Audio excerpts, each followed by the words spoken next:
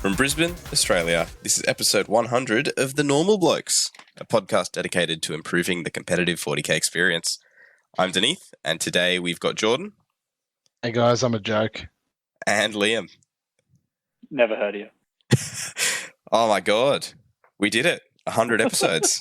We're here. We have made 100 episodes. Well, yeah. I don't know how we did it.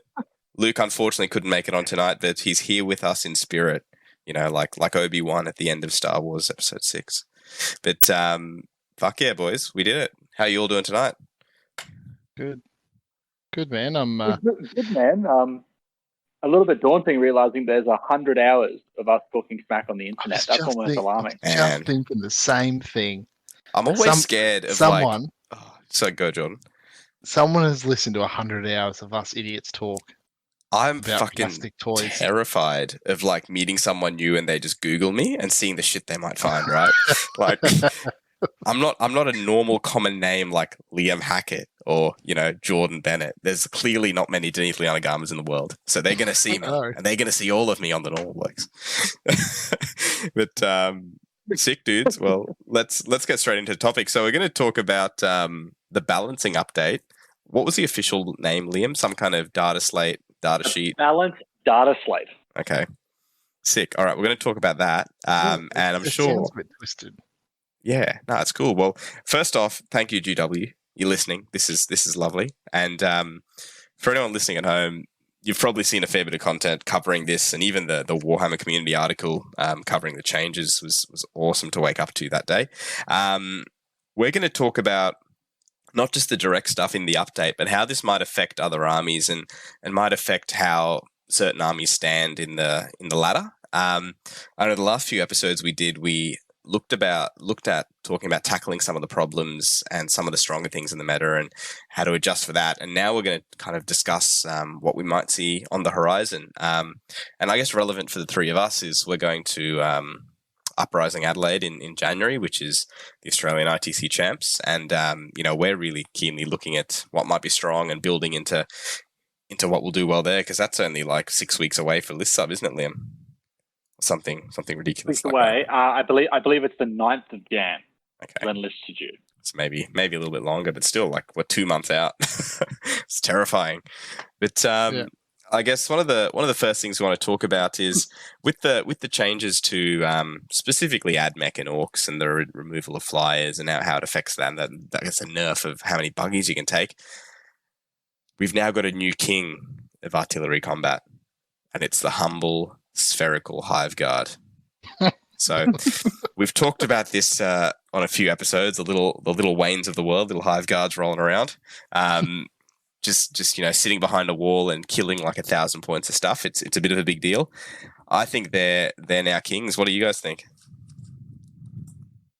I mean, I don't think you really get much better than Hive Guard at the moment, right? They're pretty amazing, and I think what's awesome about the Hive Guard, they've always been good, but when you have two strong things in contention, and we're talking here about, you know, Orc buggies and then Hive Guard, and then one of those two things gets eliminated, one's going to rise to the top. So you've taken away the Hive Guard's competition, the big other scary out of line of sight shooter in the meta. And so now the Hive Guard reigns supreme. Them and the little, like, they shoot living bullets, right? That's the thing. They shoot like sentient little bug things that like come and kill you. It's actually quite terrifying if you think about it. But yeah, they're incredibly potent at the moment. And also in some ways, actually, I think they are better than the Squig buggies were. Because they're so reliable, you can now get them with, you know, full rerolls to hit, rerolling 1s and 2s to wound, rerolling damage in different combos. The fact that they're so reliable means you can build your game plan on them probably more than you ever could with Squig buggies. Yeah, I think their addition into this current meta is going to be very, very dominating. They've got an awesome weapon profile. There's so much neg 1 damage around. So them getting 1 damage or 2 damage is like, yeah, cool, you don't care. Them getting 3 damage is nice for them. They're ignoring your cover. Their strength 8. 8 is a good strength. Neg 2 AP most of the time, and they're ignoring your cover. It's a perfect profile. It normally pushes most armies down to an invulnerable save anyway. and they're doing it from exceptionally awesome range, and they can Yeah. be well hidden, and they're actually they're relatively hard to shift. Yeah.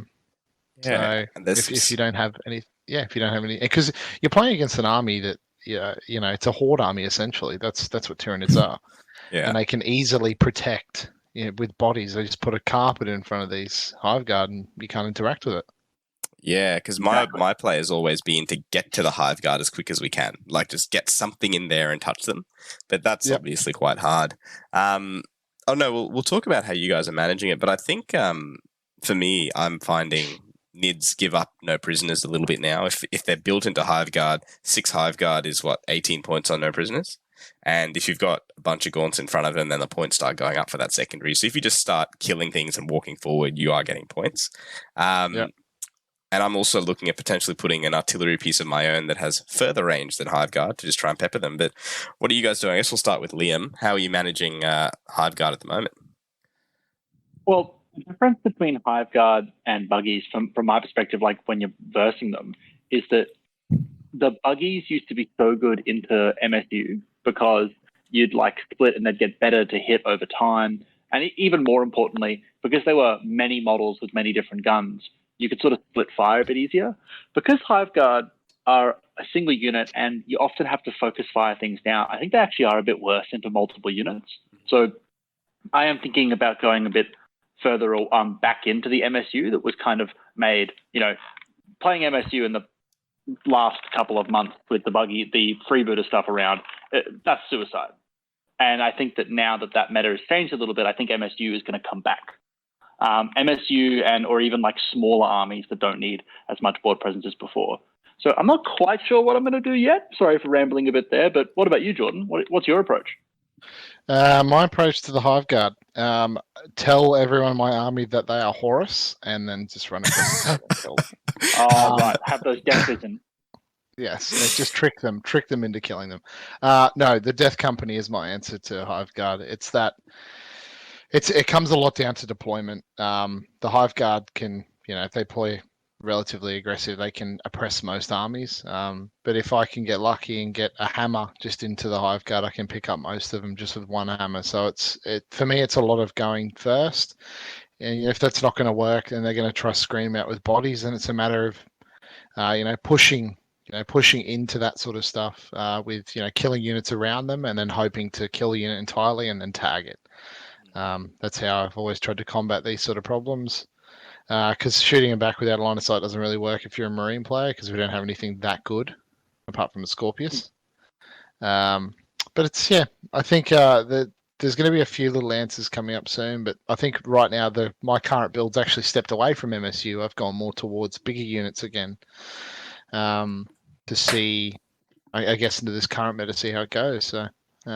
That's what I'm doing at the moment. It's playing around with that and trying out more troops. It's another thing.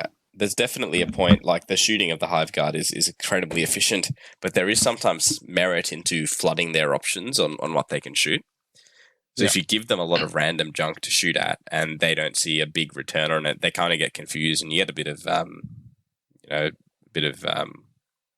decision paralysis in that regard. So that's sometimes a good way to handle it. But I guess the other army that was doing really well but was being kept in check by some of the stronger armies before this balancing data slate was Grey Knights. So Grey Knights, as you can imagine, get hit a little bit by orcs. The shooting of orcs gets a bit crazy, as well as the AdMech builds and the AdMech flies going around, mainly because the entire GK army has 0 flying units aside from flyers. So, you can't really charge a plane that's sitting in front of you. I guess, Liam, you've had a bit of experience playing against GK. How do you think they're sitting at the moment? I think GK have a couple of things that are going for them that are really important. Ironically, GK still really struggle into Hive Guard. And that's something the profile of Hive Guard shooting is perfect for GKs, especially because it bypasses the Tide of Shadows, which is really important. That being said, a lot of the other important shooting armies out there, and like you mentioned, the death of the flyers, AdMech and Orcs, are both huge deals for GKs. The other thing that GKs have always done since their codex, and we've seen this in like a bunch of events overseas, is they score points so well because their secondary, that purifying ritual, is all pretty much impossible for your opponent not to get 10 to 15 on. It's such an amazing secondary. And now that you've sort of eliminated the armies that will, kill you from across the table and you can't interact with, the GK lists have more of an opportunity to score those points. And I think that if you basically look at lists from I think we spoke about this, Luke mentioned this episodes ages ago when he did this big stat breakdown. He said there's like a critical mass. You have to score, what was it, 70-something points? Do you guys remember? Yeah, it's your win rate goes up significantly if you score 70 to 80 points.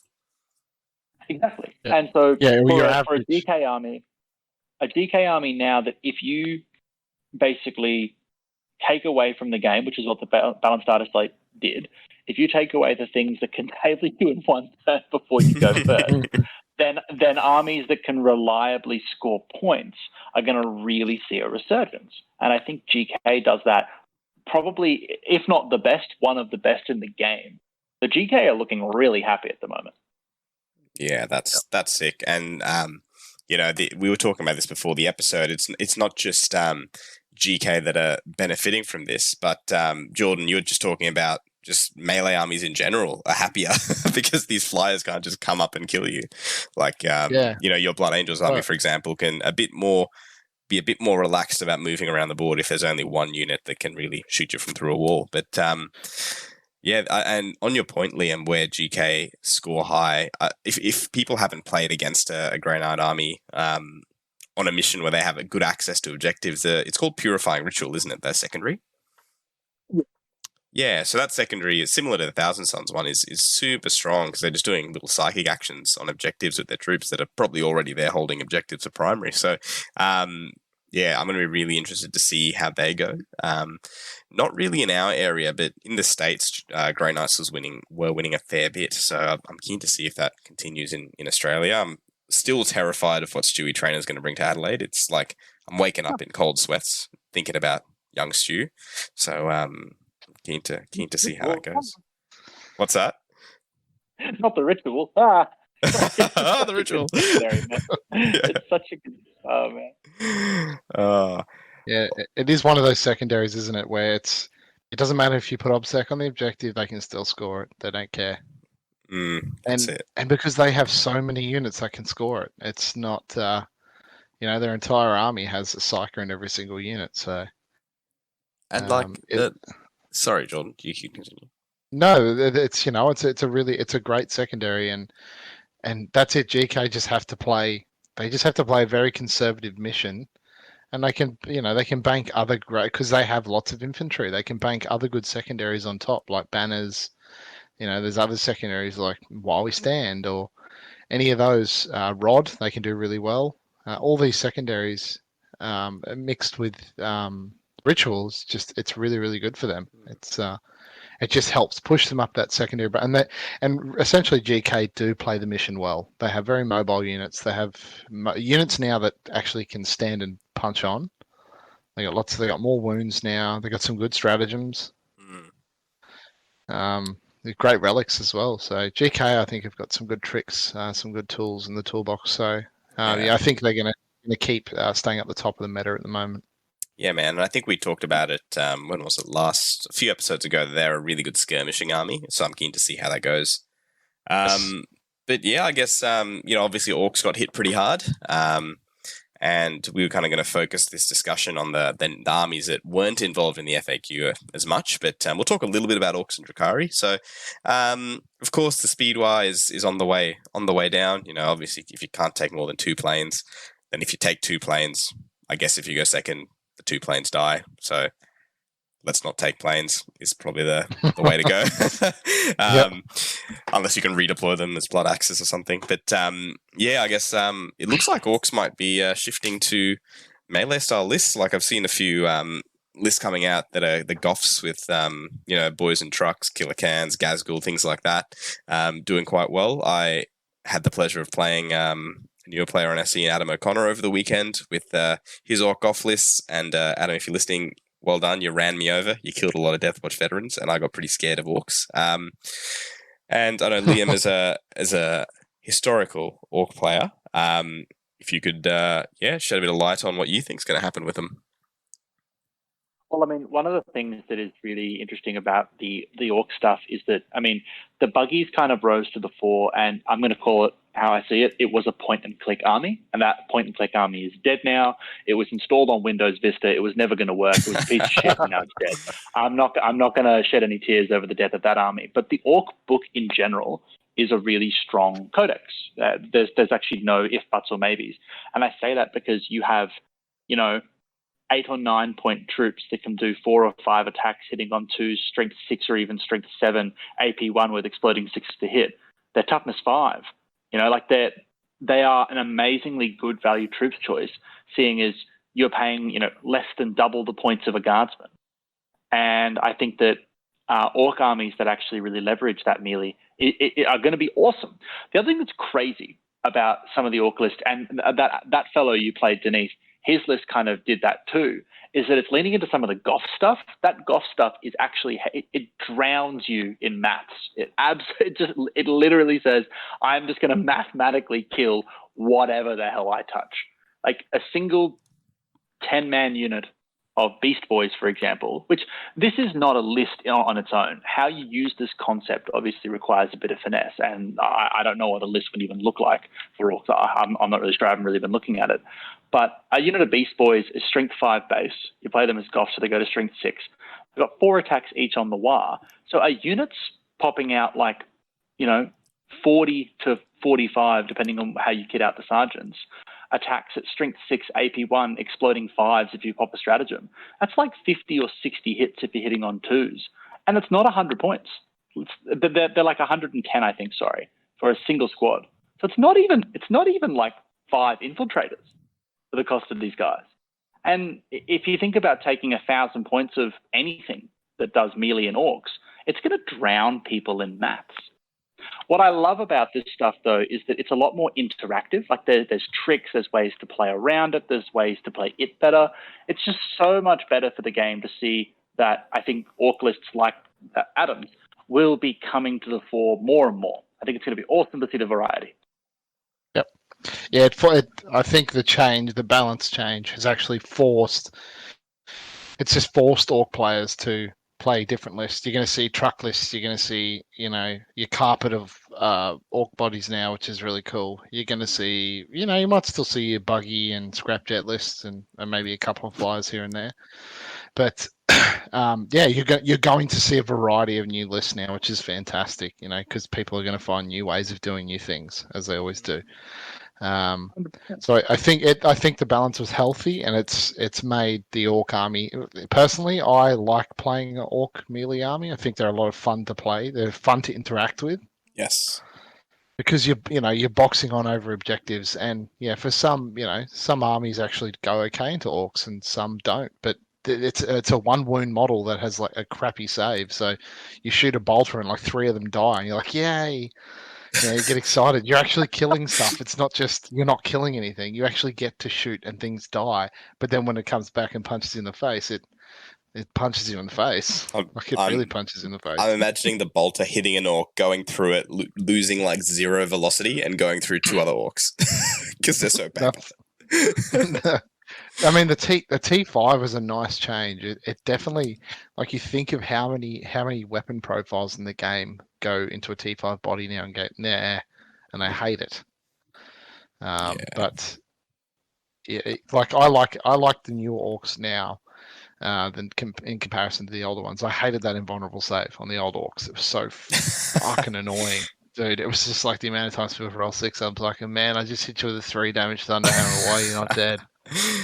Yeah, and I think you made a really good point, Jordan. The orcs as they are now are so enjoyable to play as an opponent.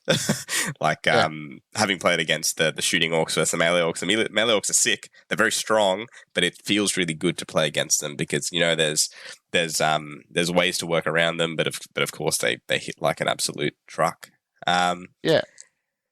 Yeah. All right. So sorry, Jordan. Yeah, and I've played against a couple of guys in our local group, that are playing on orc melee lists and orc truck lists and stuff. And I had it was one of the most fun. was a close game too. It was like one of the most fun games I'd had in ages. And it was on priority targets too. So, you're fighting over a middle objective. Mm. So it was just awesome. So much fun. Yeah, it's sick. And another army that will be able to do that very well is we're hearing some rumors, from Komara on Drukhari on what they might become. The day of the Raider might be over. The day of, Meat Mountain has come. Step aside, vegetarians. Meat's back on the menu, boys. So, in the You've been in the writing update, that all week, haven't you? You've really been brainstorming. honestly, that I in just front thought of about the that mirror. now, so I'm quite proud of myself. So, with the update that hit a few things in Drukhari, witches, raiders, incubi, you name it, they sneakily took 5 points off a grotesque and sneakily made Talos cheaper. So, yeah, we've had a few Drukhari players that are quite happy to pivot into the covens. So, a coven that I actually started mucking around with in April when the codex came out, and I took it to teams, and I was pretty happy with how it went, is Artists of Flesh, which is neg 1 damage on all your covens. That's already come stock with a 5-up Feel No Pain and a 6-up Inverter Start that goes to a 5-up with Power from Pain. It's pretty freaking crazy on some T5, T6 infantry and some T6, T7 monsters. So, yeah, I've been talking to a few of the Drukhari guys, and it looks like imagine a list that has 9 Talos and 3x5 or 3x3 grotesques as artists of flesh, and any Drukhari element you want to add to that on top of it, because that would be about a 14 to 1500 point army there. If you take, so I was talking to Sam, and if you take Drazar, 3 units of Incubi, 3 units of grotesques, 3 units of Talos, you have about 500 points to play with. So it's pretty crazy. Yeah. So I think I might have mentioned this on our last episode. I don't like Drukhari Meat Mountain. I think it's so hard to play against for some factions, especially mine. And now they got cheaper. I'm just like, no. Why? Why is this happening to me right now? Yeah. Orcs, Orcs and Admech come down, and then Drukhari got cheaper. In the units that are essentially very tough, very hard to kill. Yeah, like I played against Luke the other day, and he was running pre-nerf, but he was running pre-nerf points of 8 Kronos and 9 Talos. And that it's like straight up terrifying. It's like, what's that? 17 big monsters running at you. And I was playing the new Deathwatch Army of Renown, which actually kills a lot. And I was able to kill all 8 Kronos by turn 2. And by that stage, Luke had just gotten to the middle of the board and just ran me over with Talos. And it didn't matter. It literally didn't matter that I killed that many Kronos so early. So I think a lot of armies are going to struggle standing up to this, to be honest. What do you reckon, Liam? Mountain has very, as far as Death Starry armies go, and you can compare it to a whole bunch of things going back metas. And I think even though it's so different, hear me out, it's kind of similar to how prevalent just 3 Redemptors are in Marine armies, where it's for some armies, it's just oppressive, and the maths is just so much in their favor that it can't do anything. I know now the meta's evolved, but it is kind of similar in that regard. The thing with Meat Mountain that tips it over the edge, honestly, is just the advance and charge. Yeah. It's just so quick. They're as fast as Dreadnoughts, but then you add D6 to their movement. And it adds up so much, that and the fact that they have fly. The thing that's weird about the Meat Mountain is that despite being so durable, neg 1 damage and whatnot, they only have a 6-up invo save for, unless they obviously use the Chronos stratagem, I understand that, or it's turn 4. But the 6-up invo save makes them suspiciously vulnerable if you get them caught out in the open. Yeah. I think, but my games against Meat Mountain have been kind of weird in that most of the time I actually do the exact opposite to what I do normally, in that I leave units not in terrain. I leave units weirdly out in the open, because then if they want to charge and hit me, then they're out in the open too.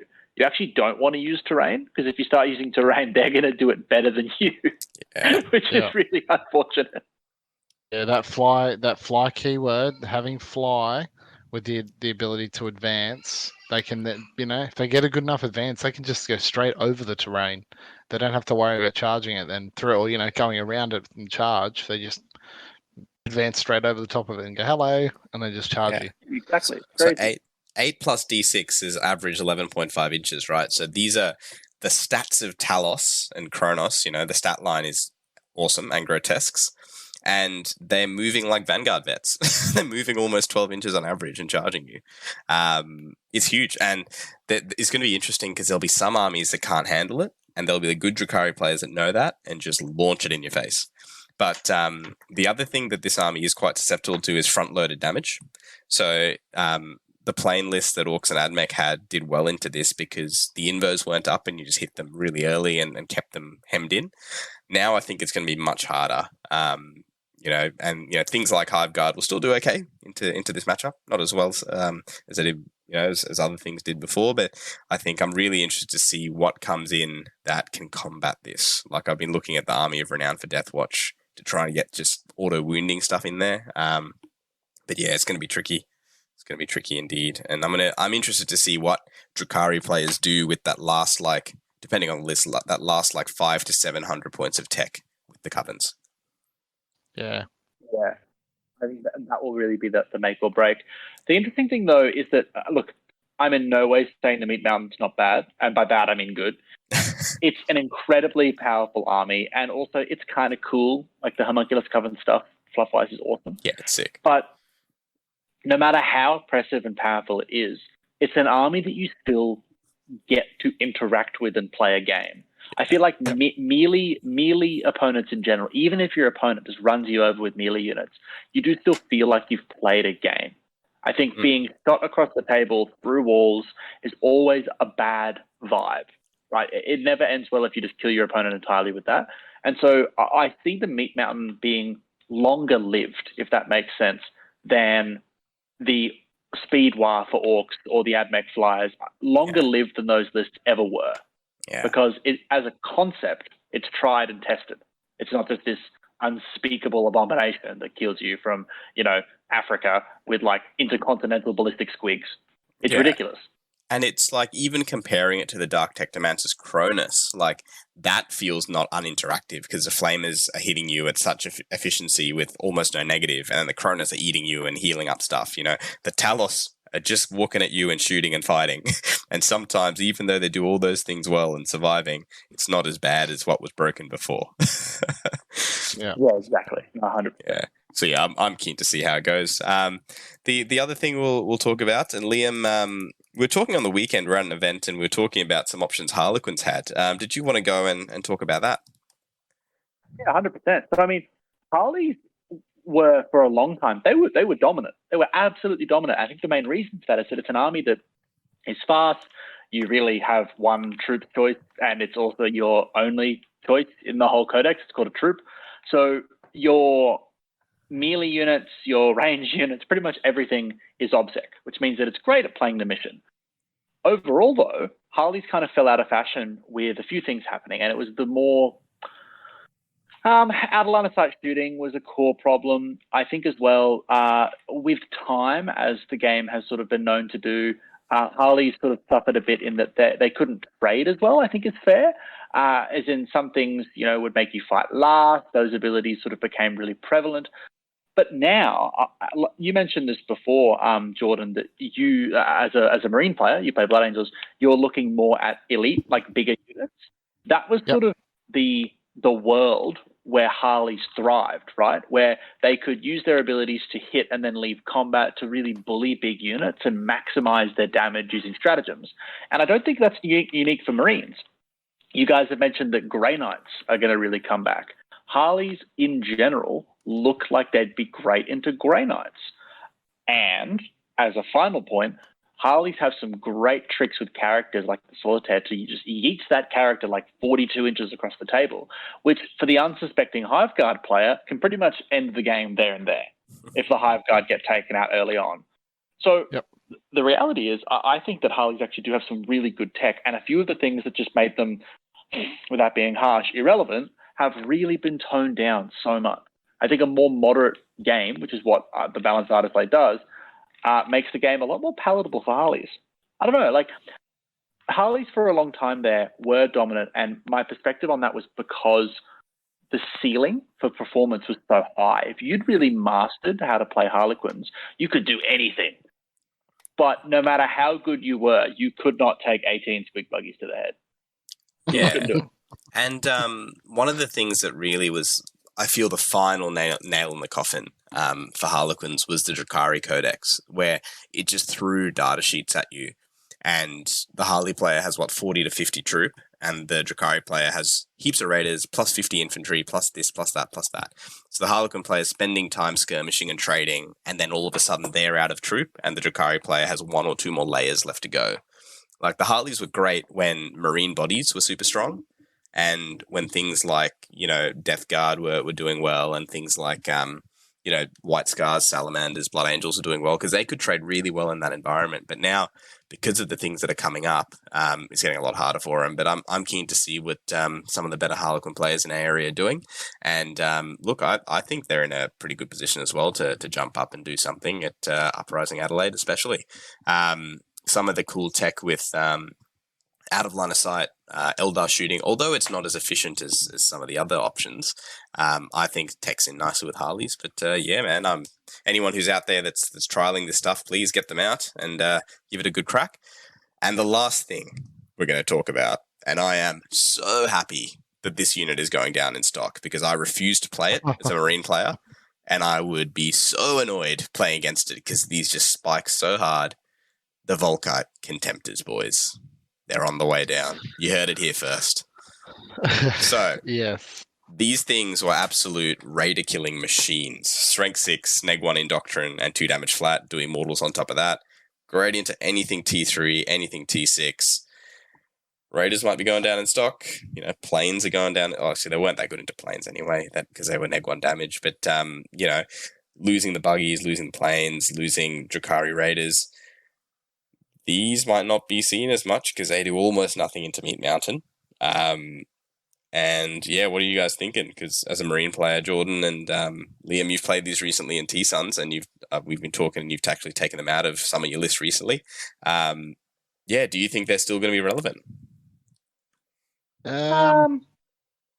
I don't think they will be. I think I always found playing Marines into the Volk Contemptor Dreads, I never really had too many issues. I think because there were no AP, the 2-ups, because obviously my army was predominantly 2-ups. So yeah, they might spike a couple of mortals, but it never really bothered me too much. And again, they're not an out of line to start shooting units, so they didn't bother me as much. And you just tag them, wrap them, all the fun stuff. Steal objectives off them, but I think as you said, Denise, with with Raiders going up in points, Raiders are off the menu, and because of that, the Volkite will go down because they were the answer to the Raider. That's essentially what they got brought in for. As you said, Meat Mountain's going to go up. Your average Meat Mountain list is T6, T7 anyway, so the Volkite doesn't do too well. You might see more Redemptors again now. Because a lot of 1 damage or 3 damage. You might even see, they might even see some Leviathans with Melter. Who knows? I think Melter's going to be a thing, but yeah, I think Volkites they're off the menu. Yeah, I think a few people I saw were running some of the macro plasma Volkites that are like D3 plasma that are similar to a Redemptor profile, but they're neg 3, so they're like 2 damage base, 3 when you overcharge. That was pretty cool. But the one downside to this is you're paying CP for this guy as well. He needs to be the Volkite Dreadnoughts need to be getting you a lot of value to cost 1 CP per dread. So I think definitely for me, I wasn't considering them just because I thought there were other options that were better, but I think now they're gonna really take a bit of a hit. But yeah, guys, I'm really keen to see how the meta shakes up. We've got Queensland Masters this weekend, which is actually using the pre-FAQ rules. But after that, we have a couple of small RTTs, and then it's the big one in January. But yeah, I think this update was definitely a breath of fresh air. I'm feeling good about testing some new builds and seeing how they go. But if we can finish off, I'll start with Jordan, then Liam. What's a build that you're really thinking is going to do well? I think in this current meta, I think I'm almost going to say transport lists. I think they're going to do well. I also think melee lists are going to do really well. I actually think melee is probably going to be the answer to these new changes, melee lists. Probably essentially horde melee lists like orcs. Yeah, I'm pretty keen to see how they go. What about you, Liam? That's it. We've lost him. There he is. Before you had to be durable, before you had to be able to take Cognus las cannons, you had to have good invo saves and stuff. But now it's about getting from A to B. And you mentioned the orc stuff. It's cool, but you only get WAR for one turn. Seriously, I think some of the Harley stuff, White Scars, all this stuff that can really sort of go, okay, cool, I was here. Things that are, to be honest, as a standard, if you're faster than a Talos, faster than the speed of a Talos, you are fast, and therefore you are good. That's basically what I'm looking at. If it can outrun or hit first against the Meat Mountain, you're at a good place to start building a competitive army. Yeah, that's a really good point. You got to cut off the speed of some of these good armies. But yeah, look, I'm keen to see how this all goes. For everyone listening, thank you for continuing to support us today on this episode and to support us for 100 episodes. That's pretty sick. We're going to tag a little clip on the end of this with some bloopers. I haven't even shown Jordan or Liam these, so they're going to listen back to the episode and have a good laugh. I've picked some great points from some great moments from our 100 episodes. Some of our special guests are on there too. Stephen Box is on there. Darren Say from Canhammer's on there. So listen out. But thank you for supporting us. We really wanted to get an episode with our wives and girlfriends, actually, as our 100th episode. But unfortunately, we couldn't organise a time that worked for everyone. But in the future, we want to sort an episode like that out. So if you're keen for that, please shoot us a message and let us know what you think. But all the normal stuff, give us a like on Facebook, subscribe to us on iTunes. If you want to support the podcast and help cover some of our costs, we have a Patreon at www.patreon.com/thenormalblokes. But stay cool, guys. Take it easy. The speed was gone. See you next time. See you. Bye, everyone. Alrighty, I'm ready. He's ready for recording. That's all right. I'll cut this bit out. But it's good to know you're ready, bro. Welcome to the Normal Blokes podcast dedicated for improving. All right. 3, 2, 1. The app. Yeah, That's the the new big app. one, boys. Yeah. We didn't mention the app. They talk about, I think they mentioned about the app being that you can build lists on the app, which is Like Tinder for nerds. It'd be incredible. Can you find games on the app? Then it will actually be like Tinder for nerds. I guess just to start, we've got the new release from Mephiston. He's been Primarised up. He's looking good, and there are advances in the fluff for Blood Angel. Anyway, we'll go to the competitive side. there's been I'm stuff kidding. on I'm kidding. Baal. I should probably read up what's happening on Baal. But the Doing a main bit of reading. I have been doing some reading. It's pretty interesting. There's obviously rumors that there's stuff on Baal that the Tyranids are interested in. Yeah, nice. Looking forward to hearing more about that. But for now, could not give two fucks because we've got trying to review all this new stuff that's come out, man, which has got me very excited. I'm Denise, and today I'm joined by Jordan. Jordan, that's when you say hello. Hello. I did, and it didn't. And our Anyway. very, very special guest, coming to us from the Crown, visiting us lonely colonials, Mr. Stephen Box from Vanguard Tactics. How you going, mate? Honestly, I'm doing so well, and thanks for having me on. It's better than having to rely on some kind of weird, probably not intended, tricksy, slightly bad feeling rapping technique in order to stay alive. Right? I don't know what you're talking about, Darren. I don't know what you're talking about, man, and I feel personally attacked. And we've got a special guest. You guys have heard of him before. He came from the bushes. We found him here. It's Wayne from the podcast. How you doing, Wayne? I'm great, fellas. How are you? T800 himself, Chris Wright. G'day, Denise. I do like that nickname. Great to have you on, man. It's the first time I've had you on the show. Any closing remarks? We'll start with you, Liam. If you don't think flyers are good, I will flying headbutt you. And Jordan? Ragnar's new name is Kaknar. Kaknar. Oh, fuck. This is the intellectual 40k podcast. It's for everyone. Wait, never mind. I've definitely written Kaknar on our show notes as our. No. Can it actually just be called Flying Headbutt and Kaknar? Flying Headbutt. Yeah. Episode 55. Kaknar and the Flying Headbutt. No, even better. Burning Kaknars. You've sold me. That's the episode's name. Oh, God. I'm sorry if you've made it this far into the episode and you're hoping for something better. I would like to salute you for your commitment to just me, Denise, and Jordan rambling, essentially. Thank you for your commitment. I'm Denise, and today we are joined by the Brisbane War Bosses, Nathan. Green is best, boys. And St. Nicholas himself. Nick, how you doing? Ho, ho, ho, bitches. Yeah, so it's a kind of cool mechanic because unlike, let's say, my other army, Necrons with the command protocols, which we all know how powerful. They're great, dude. Those have been. I heard AdMech copied them for their cannicles because they're so strong. They did copy them and then did a much better job, much like when someone steals your assignment in high school and improves on it. So if you are one of these meta-chasing Reddit frothers and you are looking at some of these pig rigs going, I want to send a couple of these big fat squealers up the board, you can deploy them as aggressive as you want and then just chuck them into strat reserves and then fucking turn 2 or 3, they are pumping onto the battlefield. That is unreal.